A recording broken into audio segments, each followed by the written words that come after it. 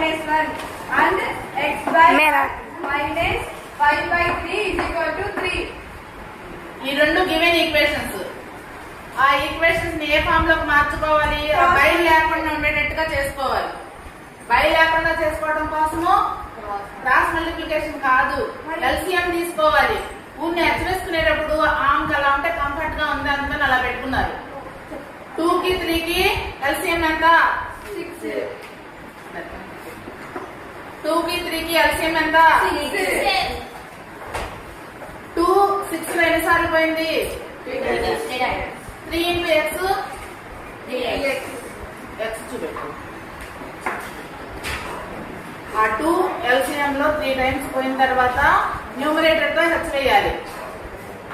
Plus తినగా plus 3 6 లో ఎన్నిసార్లు పోయింది? 2 ఇంటూ 2y ఎంత? 4y అన్నారు. 4y. దీన్ని ఎక్స్ వై లో ఉన్నది కూడొచ్చా? 7xy అని వేసేద్దామా? ఏవచ్చా? కొంతమంది ఆడుతున్నారు మీ ఫ్రెండ్స్. ఏమీ చేయకూడదు. ఎక్స్ లో జాతి ఎక్స్లే, వై జాతి వైలే. ఎక్స్ లో జాతి ఎక్స్లే, వై జాతి వైలే. ఏమి వేయకూడదు. అలాగే ఉంచుకున్న తర్వాత ఇజ్ ఈక్వల్ టు అని ఆ బైలో లేకుండా ఉండడం కోసము ఏం చేసుకోవాలి? క్రాస్ మల్టిప్లికేషన్ చేసుకోవాలి. 3x plus 4y into 1 అంటే 3x plus 4y ఉంటుంది.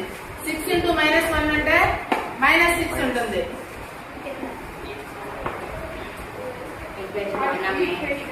అప్పుడు అది ఈక్వేషన్ 1 ని నువ్వు లెక్క తయారు చేసుకున్నావు. ఏ రూపంలో ఉన్నదాన్ని? భిన్నం రూపంలో ఉన్నదాన్ని లెక్క తయారు చేసుకున్నావు. తర్వాత ఇది భిన్నం రూపంలో ఉన్న రెండో ఈక్వేషన్. దీనికి ఎల్సిఎం ఎంత? 1 కి 3 కి ఏమీ లేకపోతే డినామినేటర్ లో 1 ఉన్నట్టు అర్థం.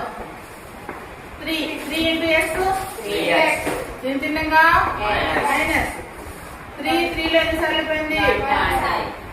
ఒక బై ఇజ్ ఈక్వల్ టు ఇది ఏమీ లేకపోతే బై 1 అనుకుని క్రాస్ మల్టిప్లికేషన్ చేసుకుంటే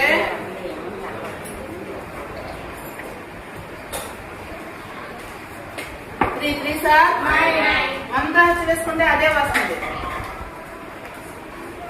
అప్పుడు దాన్ని ఈక్వేషన్ 2 ఎక్స్ రూపం వై రూపం ఇజ్ ఈక్వల్ టు తర్వాత కాన్స్టెంట్ రూపంలో మార్చుకుంటే ఒక క్రమ పద్ధతిలో క్రమశిక్షణగా ఉంటుంది. పిల్లలందరూ దాని యొక్క చూసి నేర్చుకుంటుంటే ఎట్లా ఉంటుందో అట్లా ఉంటుంది. ప్రసాద్